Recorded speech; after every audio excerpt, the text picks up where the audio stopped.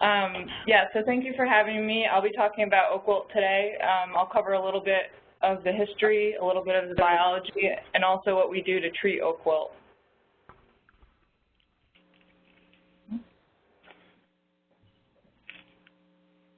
There we go. So what is Oak Wilt? It's one of the most important tree diseases of the eastern United States, the reason being for how rapidly it can kill oak species. All oak species are susceptible to this disease, and we've seen it kill thousands of trees per year, especially in the Midwest and Texas. It's very difficult and costly to manage once it's established, so prevention is really our best bet for handling oak wilt.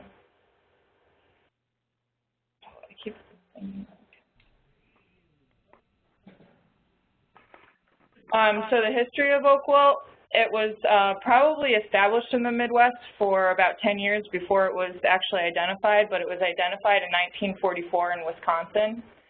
Its origin is unknown. We have only been able to identify it in the United States.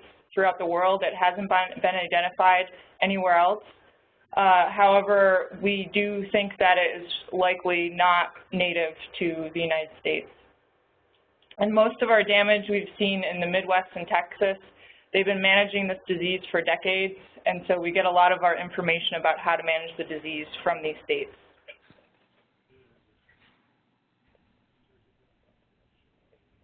So I apologize about this slide. There is actually a more recent range map available. I just wasn't able to get it on this presentation.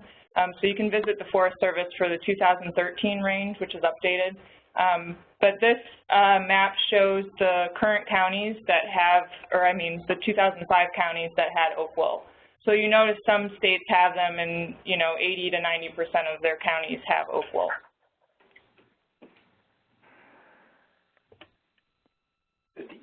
So our infections in New York State, oak wilt was originally found and eradicated in Albany County in 2008. So the summer of 2016, when I came on, we then had 6 more infections pop up. You'll notice one is in Ontario County in Canandaigua. We have one in Brooklyn down in Kings County, and the rest of the infections are in Suffolk County on Long Island. And I should say that most of those infections were found by professionals and the public who reported to us. So the public is definitely our first line of defense for detecting this disease. We also had it picked up by aerial survey, which was ground truth by our staff.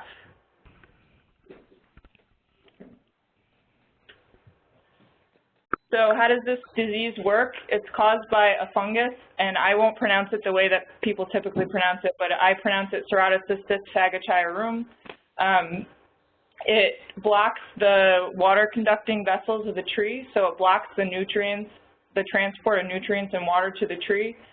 So I like to liken it to a heart attack in a human, where it suddenly is unable to handle the disease and will wilt and then die.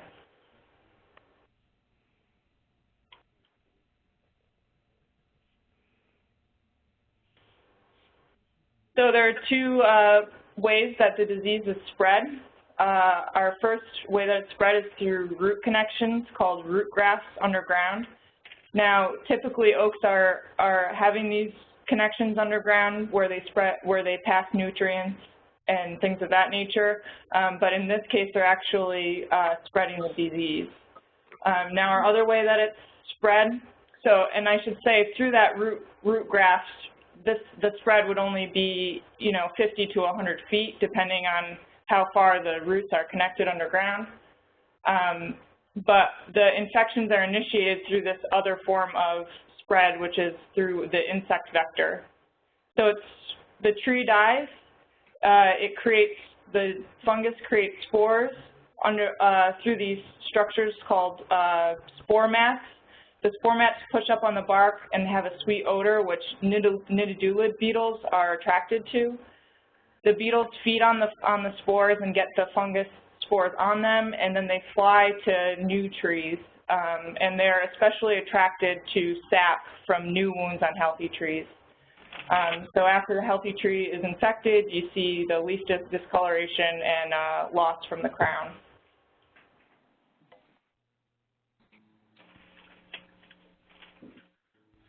So again, we have our overland spread. So the spread is initiated through insects. This is what causes the disease to spread miles versus that 100 to 50 to 100 feet. So these spore pads are about the size of a coin, and so initially you'll notice the round photo on the right is a vertical crack in the bark, and when you peel that bark back, you'll see the fungal spores underneath it. Underground, the disease is probably actually transferring in the fine fibers, not in the root graft shown here, but just for a visual for remembering it. The local spread is considered the spread through roots. So the susceptibility differs among oaks. Oaks in the red oak group, so your black oaks, pin oaks, scarlet oaks, they have very high susceptibility. This means that they can die within weeks. We say about 1 to 5 weeks they could die. White oaks will die, but typically slower, so you could see maybe that oak wouldn't die for decades, so we say it typically takes years for white oaks to die. Bur oaks are an odd species. They're right in the middle in their susceptibility.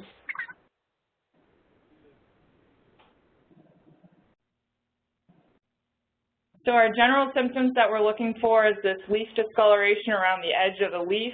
The discoloration is usually yellow or brown, and then we see rapid loss of the crown. So the part of the tree that has its leaves will lose it rapidly during the summer when it should be thriving. So you see the tissue death on the edge of the leaf, typically moving from the tip of the leaf towards the base of the leaf, and typically from the edges in. And again, that leaf drop happens in mid-July and August, and all trees will eventually die of the disease.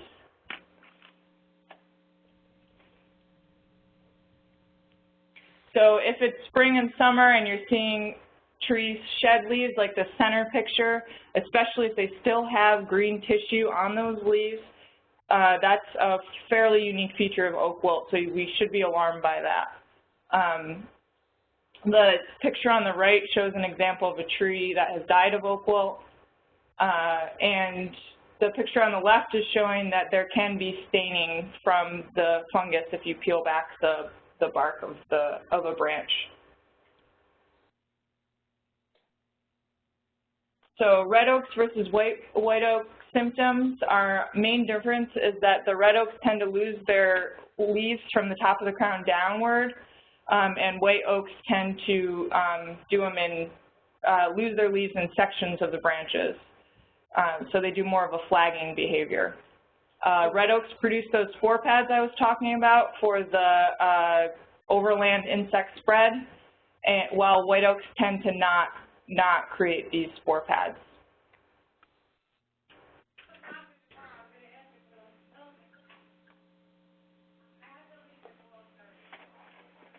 So our treatment, it varies depending on the location. That's because treatment depends on, what is actually going on there. Are we in a rural area? Are we in an urban area? Are we in a forested area? So what it can include is trenching, which is taking a machine and digging down and cutting through roots about 5 feet deep. Tree removal, and then we also treat stumps after we remove the trees. And then we also sanitize the potentially spore-producing trees, which is what PSPT stands for. So trenching, again, we're severing those root systems. You can see an example of what that looks like in the photo. We do primary and secondary. We can do primary and secondary barriers, so barriers between healthy and diseased trees, and also barriers outside of that between healthy trees and healthy trees to be sure that we've severed the correct root systems. And then we do this. We decide on trenching based on root graft distance prediction, which we have a table that we refer to for that. For our tree removal, we just have to be sure that we do it not while the trees are leafed out, so we want to do it right now, actually, while the leaves are not on the trees. And that's because the transpiration happening in the leaves can actually accelerate the transfer of the disease. And we also want to get those trees down before they create spore pads in the spring.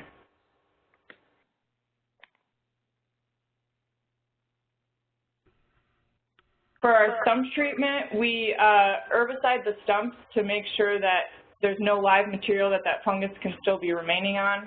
And also it ensures we're looking to make sure that the roots are not continuing to reach out and graft to new trees and possibly transfer the disease.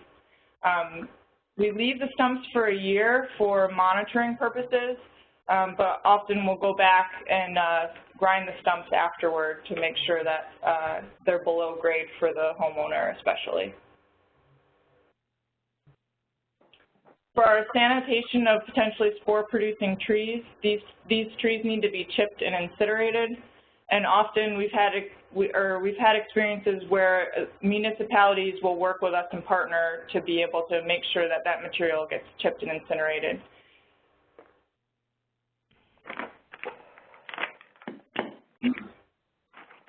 So again, I was saying how once this disease is managed, in a place like Texas, they spent millions of dollars managing this disease. So our best practice for taking care of this disease is prevention.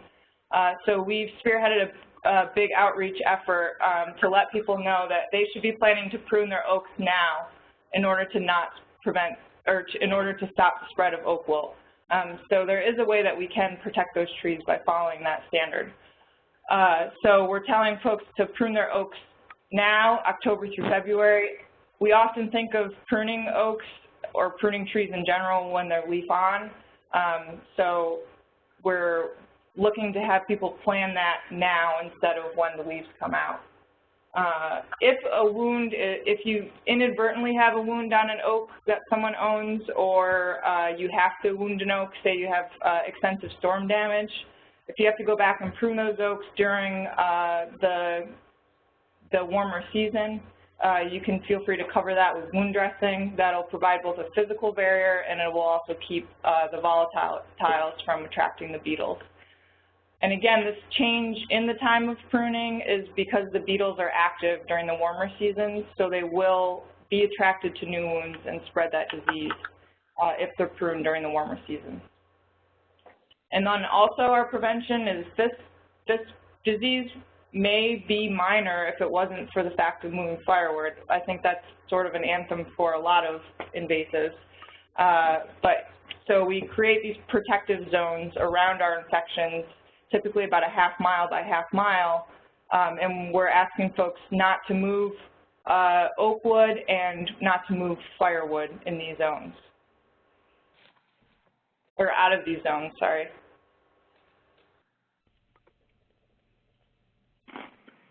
So our public involvement, again, the public has been on the front lines of letting us know and help us detect oak wilt.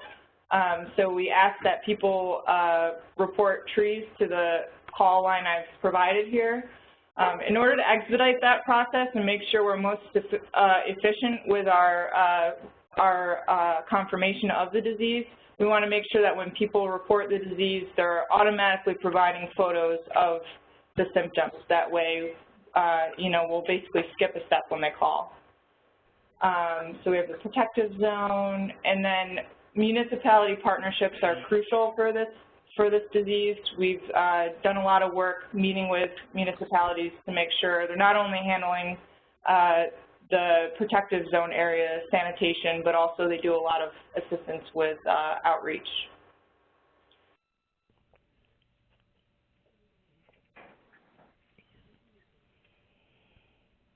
So thank you.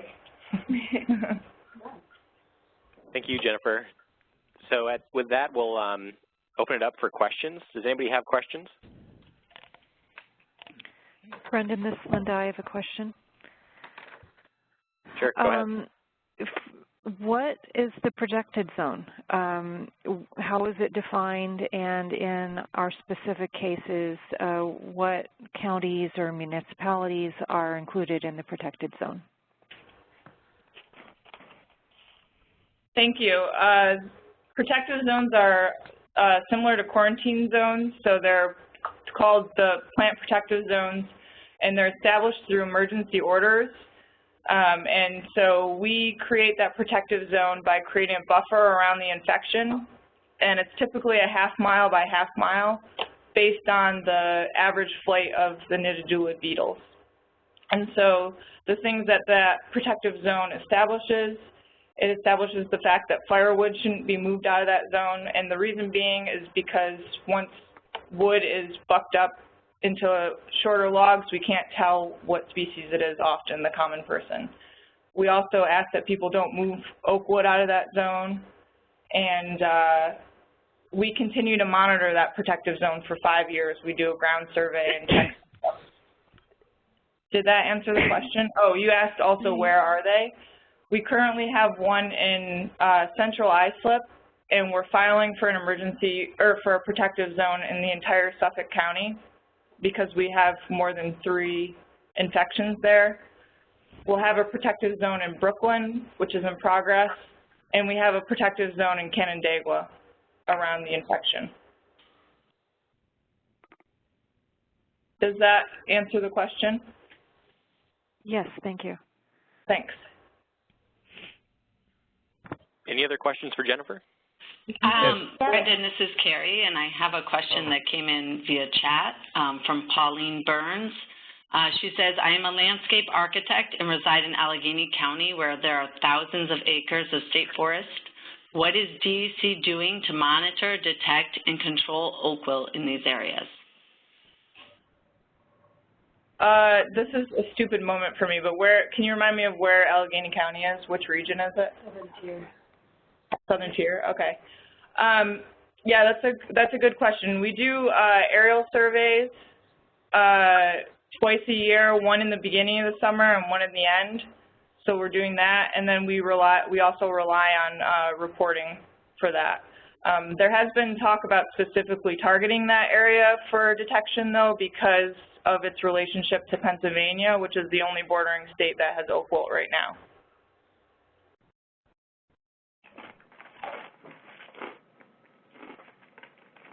Great. Any other questions come through the chat box, Carrie?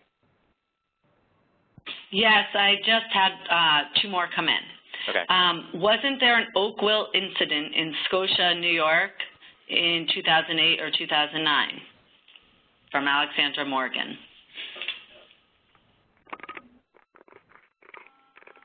Yes, it was in Glenville. Yeah, Glenville, Scotia area. That was our first find, and I think it was 2008 was the first time it was noticed, and then it came up 4 years later after. But we have since treated the area and continue to monitor it. Okay, I have some more questions rolling in here, Brendan, so should I just go ahead then? Yeah, I'm not seeing them, so go ahead. Okay, yeah, I think they're coming to me privately. How do you inform the public about protective zones? Do you flyer every house? If there is an informational flyer, can that be shared with us for use? That's from Matt Brinka. Thank you. Yeah, that is a really great point. Once an area becomes a protective zone, we do strive to do a lot of outreach and multifaceted outreach to ensure that folks in that area are educated as best as possible. So for Islip, for example, we did a public meeting in the town of Islip. I also knocked on every 92 property owners' doors and talked to them about the disease. We also leave a hanger that summarizes the disease, and we also continue to send letters to the protective zone. In the case of Islip, we're also doing another, I'm about to go down this weekend to go knock on doors again and let them know about management of the disease again. can you share that flyer? Yes. Is it available on the website, or will you circulate it to the, if you send it to me, I can send it to the PRISM listservs. Okay. Yeah, and that actually brings up a great point that I wanted to talk about. There are several resources underway that are designed for targeted audiences, so folks that own homes, tree care professionals, forestry professionals. So those will all be, as they come out, they'll be available as PDFs on the website. And we're also using the website to keep people updated about where we find the disease.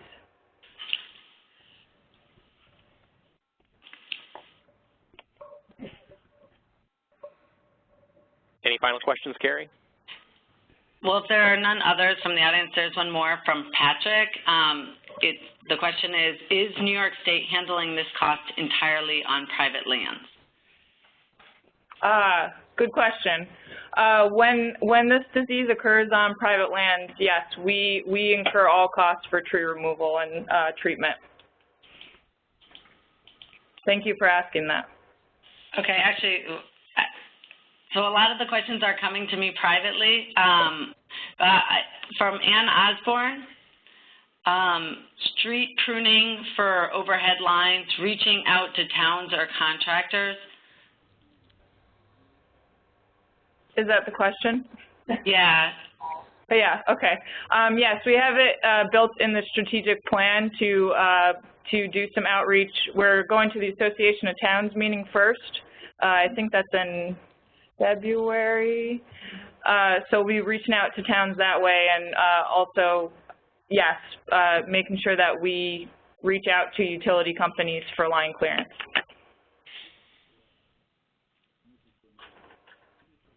Okay, I've got a couple more that came in, Brendan. Okay. From Matt Brinka again. Is there anywhere online to find the protective zones? Yeah, that's what I was saying about us updating where we find it. If you go to New York State DEC, search Oak Wilt, we'll have updated protective zone information there. Okay, great, thank you. And then one last question from Brian Eschner. Any speculation on how Oak Wilt arrived in Canandaigua? Also, how is it detected there? The story may be valuable for all of us. So the question was, how did we, in Canandaigua, you said specifically? Exactly. Yeah. How did it arrive in Canandaigua, or speculated on that, and also how is it detected there? It was detected there through, I believe that was a homeowner that called it in, homeowner and a tree professional that called it in. And then as far as how it got in New York, that's a really good question. I have no idea. It doesn't really make sense because we haven't found it near Pennsylvania. However, when I talked to the Forest Service, they're saying it had to have been firewood.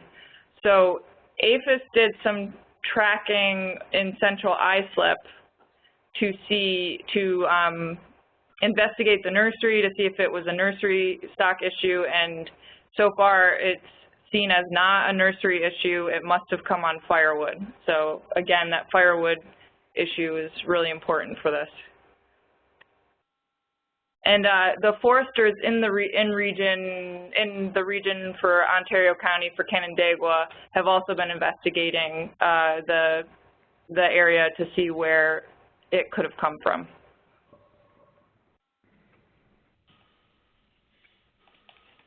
Great. But no information so far, unfortunately. Okay, thank you, Jennifer. Are there any final questions before we move on? I have another question. This is Linda.